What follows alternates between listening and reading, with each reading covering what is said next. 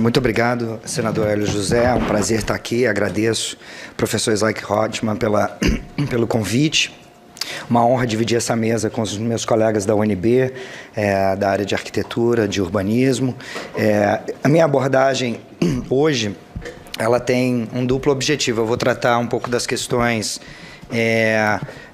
de difícil resolução, de coordenação e de articulação entre governos nas áreas metropolitanas do Distrito Federal. Vou tratar um pouquinho desses aspectos que têm a ver com a capacidade do Estado, não é, de atuar coordenadamente, intergovernamentalmente, e vou trazer alguns exemplos agora da experiência que eu estou tendo como presidente da Codeplan, e aqui a gente já colocou um pouco do nosso site aqui uma parte do nosso site aqui no ar, justamente para retratar essas dificuldades, no meu caso, de compartilhamento de informações, não é, e de integração de informações entre municípios, entre diferentes entes da União. Então, esses são os meu duplo objetivo para a minha fala de hoje. Mas eu começo, primeiro, reforçando aqui uma caracterização que já foi feita das nossas áreas metropolitanas, porque eu vejo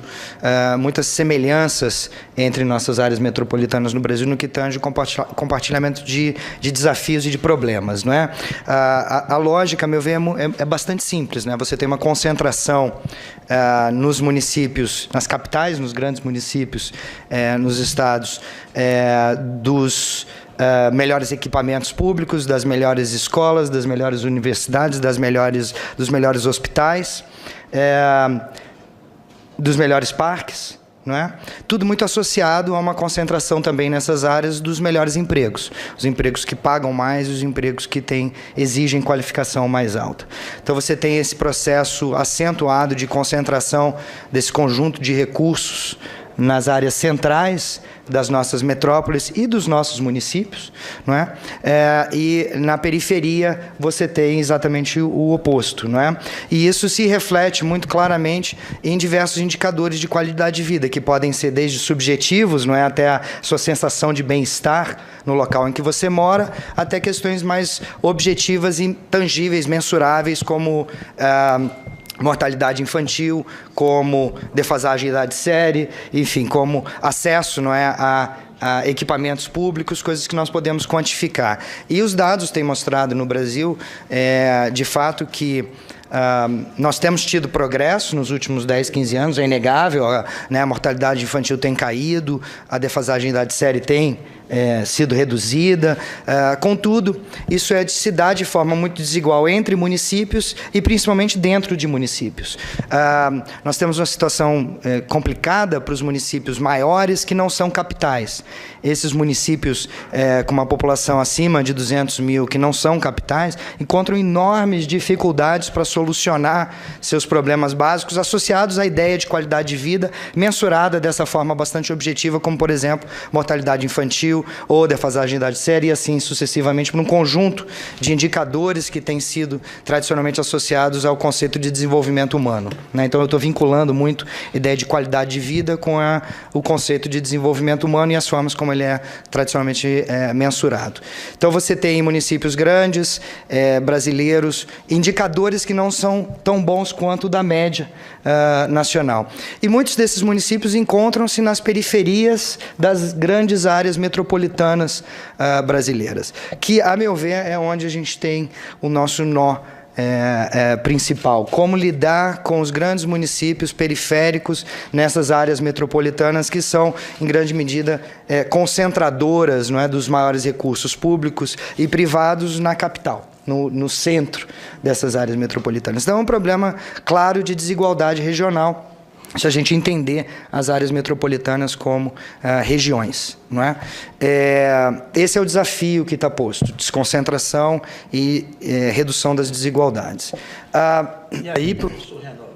Alô, professor Renol, não sei se o senhor avaliou como é que fica a questão social de um certo esvaziamento dos grandes centros hoje das nossas metrópoles, onde a gente percebe que os grandes centros muitas vezes hoje estão com uma série de logradouros vazios, desocupados, porque as pessoas não toleram, não conseguem viver naquela situação tão complicada que é para entrar e sair, que é muito estreito, muito difícil. Como é que se o senhor tem algum estudo, alguma avaliação de como resolver essa situação? Eu vejo, por exemplo, num futuro mais longínquo, a questão do setor comercial sul, que é uma área bastante hoje ocupada em Brasília e outras, mas as pessoas têm tanta dificuldade que pode, num outro futuro mais para frente, ser igual ao centro de São Luís, ser igual ao centro de São Paulo, ser igual ao centro do Rio, que as pessoas foram para outros locais. Tá certo? Porque não tinha mais como as pessoas terem acesso para ir poder fazer as coisas lá. Então, como é que o senhor, que é um renomado e conceituado professor, que entende essas questões da ciência política, vê essa relação? Porque, tradicionalmente, as pessoas conviviam naquele centro. E hoje o centro está tendo muita dificuldade para as pessoas irem. Por isso que estão sendo descentralizados, igual o senhor fala, que é a lógica correta, né? Bom, eu estou me referindo aqui aos municípios, a lógica de municípios, e não estou entrando muito dentro dos municípios para discutir áreas específicas desses municípios. Okay. De fato, eu concordo com o senhor de que você vê isso em algumas áreas, mas a lógica principal é quando você pensa na área metropolitana de São Paulo, os principais recursos estão concentrados no município de São Paulo, não necessariamente no seu centro comercial, ou que seja. Embora eu reforço aqui a minha argumentação no sentido de que o problema é um de desigualdade e de concentração de recursos que prevalece sobre, eu acho, outros problemas que aí tem, obviamente, que precisam ser estudados e melhor detalhados, esses, inclusive, que o senhor levanta. Eu tenho plena concordância com o senhor, porque quando a gente olha, por exemplo, vê o caso da Barra da Tijuca, que eu até citei aqui na minha introdução, hoje, as pessoas que convivem naquela outra cidade, que é Rio de Janeiro, tá certo? Conseguem resolver toda a sua vida ali. Muitas vezes passa a semana inteira sem precisar ir ao centro do Rio de Janeiro, tá certo? Então, quer dizer, são o tipo de concepção descentralizada, que tudo está no mesmo município, que estão fazendo com que o comportamento de vida mude. Não é isso, mais ou menos? Minha preocupação, no caso, é com a população que mora nos municípios da Baixada Fluminense e o acesso a recursos que eles têm. Estou mais preocupado com isso, pensando mais na periferia dessas áreas metropolitanas do que, na verdade, na desconcentração de recursos dentro do município principal. Embora eu concorde com o senhor de que esse é um caminho desejável também para se pensar encaminhamentos para soluções desses problemas que eu estou mencionando de desigualdade e de concentração. Óbvio que isso passa por descentralização de acesso a serviços, equipamentos, mas como fazê-lo, não é? Que é a pergunta que eu acho que é o segundo tema que eu quero abordar aqui de uma certa forma, que são os entraves para se conseguir fazer isso. O ponto que eu estava querendo deixar claro é que, a despeito de progressos nos últimos 10, 15 anos, a situação ainda é hoje muito preocupante, principalmente nessas áreas metropolitanas e principalmente nos municípios maiores que compõem essas áreas metropolitanas. Por quê? Porque nós temos limitações muito significativas na capacidade dos municípios de atuarem autonomamente, então tem uma limitação da capacidade estatal nesses municípios no que tange recursos humanos, no que tange orçamento, no que tange equipamentos, no que tange acesso a dados, por exemplo, que torna a gestão pública no nível municipal do Brasil um grande desafio. São estruturas pouco equipadas e um capital humano, em geral, pouco qualificado. Infelizmente. O conceito de capacidade estatal, ele se embasa nessas duas noções, né? Capacidade humana, né? O capital humano, e o capital físico, operacional, que esses municípios, que o ente governativo tem, e os municípios brasileiros, infelizmente, ainda têm significativas limitações. Então, delegar essa responsabilidade, não é? De tratar dos enormes desafios que tangem qualidade de vida e que tangem desenvolvimento humano para os municípios no Brasil não é o melhor caminho, porque isoladamente não conseguem atuar, tá? Por conta dessas limitações que eu mencionei.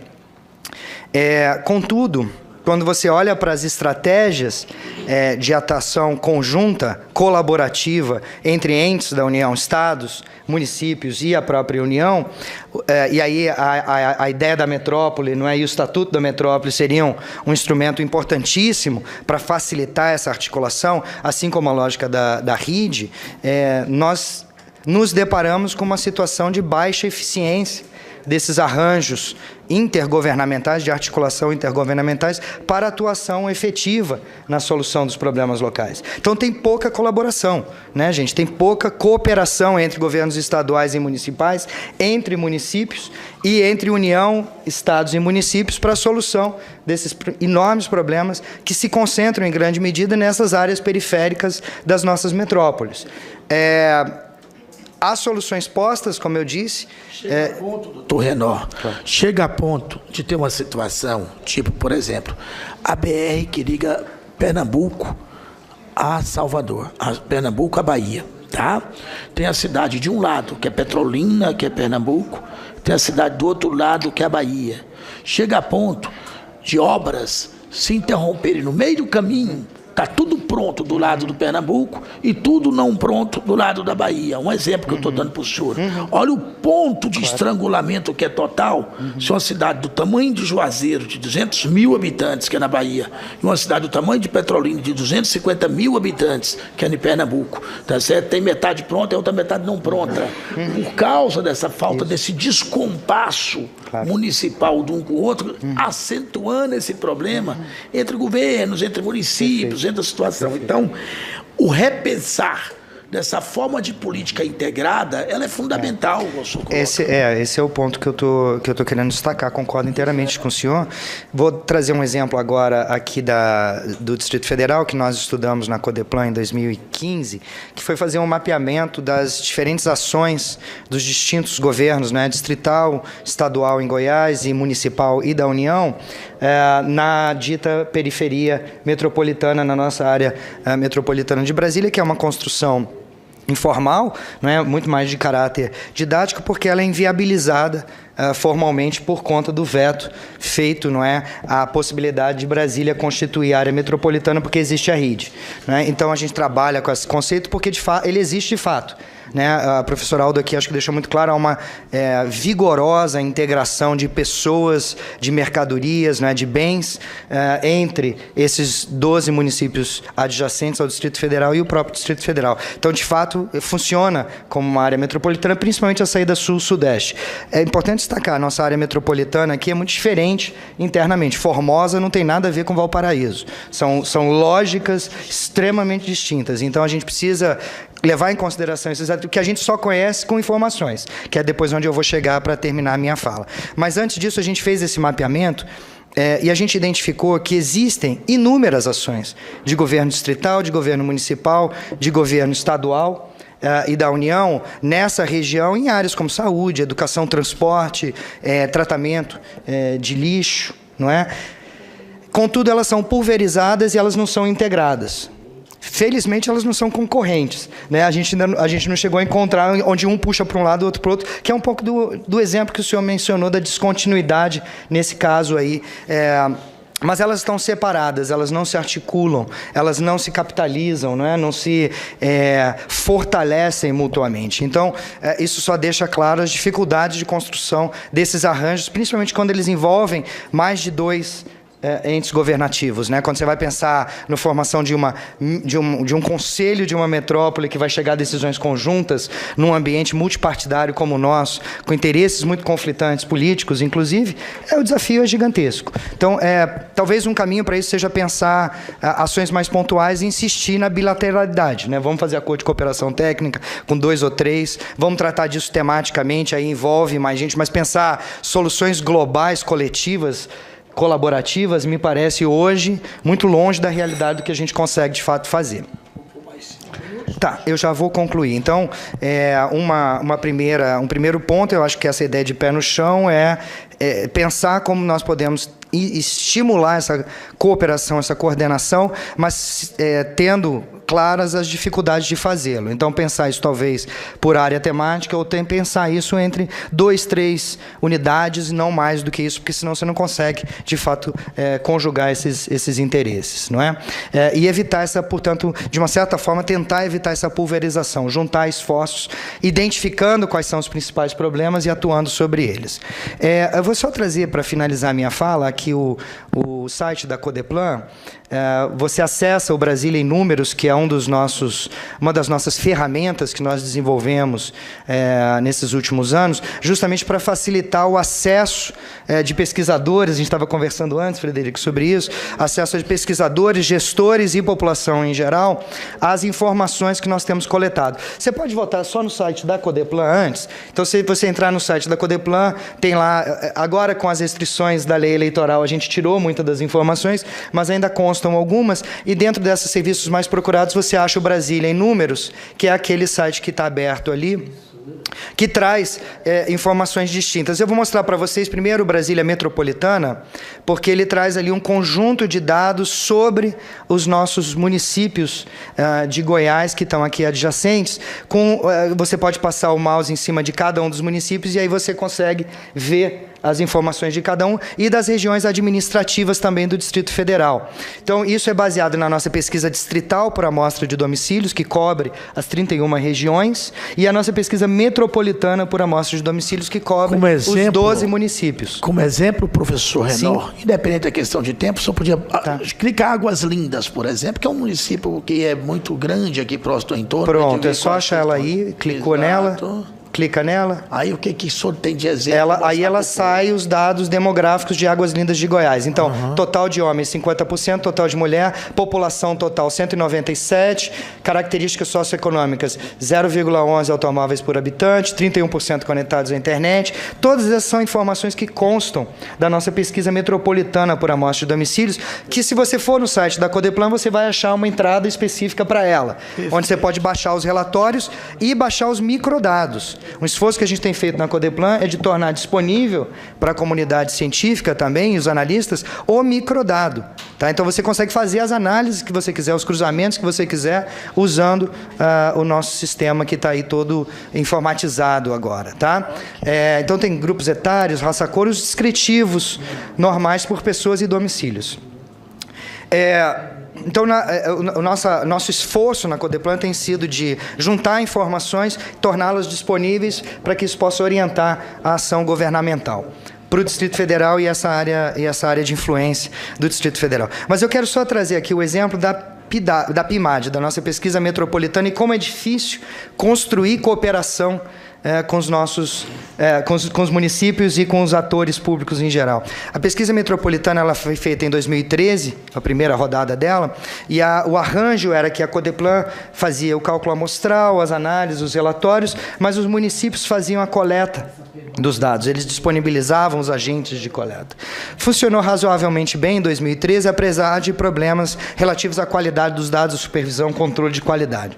Em 2015 e 2016, a adesão dos municípios foi muito baixa. Óbvio, preocupados, eu acho que com a competição eleitoral que se aproximava, enfim, uma série de motivos, nós não contamos com a colaboração dos municípios. Então, nós só conseguimos concluir, em 2015, infelizmente, 7 desses 12 municípios. Então, em 2015, ela vai ficar incompleta, porque a gente não conseguiu se coordenar, a gente teve muita dificuldade de obter a cooperação de uma parcela relevante dos municípios. Em 2017, nós tivemos que adotar um outro modelo, nós estamos coletando agora, concluindo 2017 e 2018, com a coleta dos dados nos 12 municípios, mas feitos às custas do governo distrital.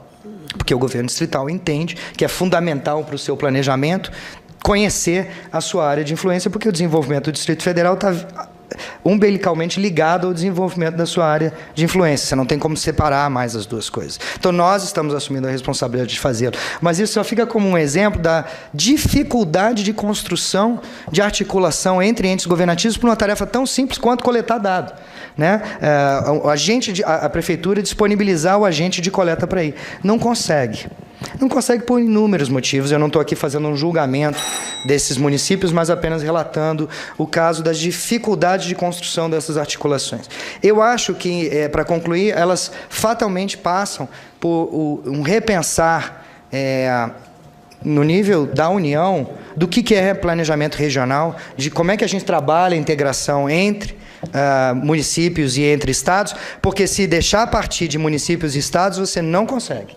Porque municípios e estados estão tão absorvidos na solução dos seus graves problemas diários, que estou tendo essa experiência de governo agora, estou sendo testemunha disso, é muito difícil você sair da solução do problema diário, da bomba, do incêndio que está ocorrendo naquele dia. É muito difícil. Então, você precisa realmente pensar, eu acho, toda a nossa estrutura de planejamento nacional e regional e articular metrópoles, municípios e estados dentro dessa discussão. Mas você precisa ter esses fóruns de debate e que hoje eles, infelizmente, não têm tido, talvez, a relevância e a centralidade que deveriam ter.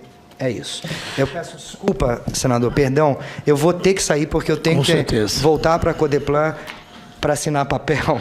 Com certeza foi e cuidar do nosso dia a dia, mas fico aqui, peço mil desculpas ao meu colega Frederico, eu vou perder a sua fala, com pesar, porque eu queria muito ver, mas eu vou acompanhar posteriormente, e já fica o convite, obviamente, para a gente continuar esse debate também, senador, na Codeplan. Ok, tá? Com certeza.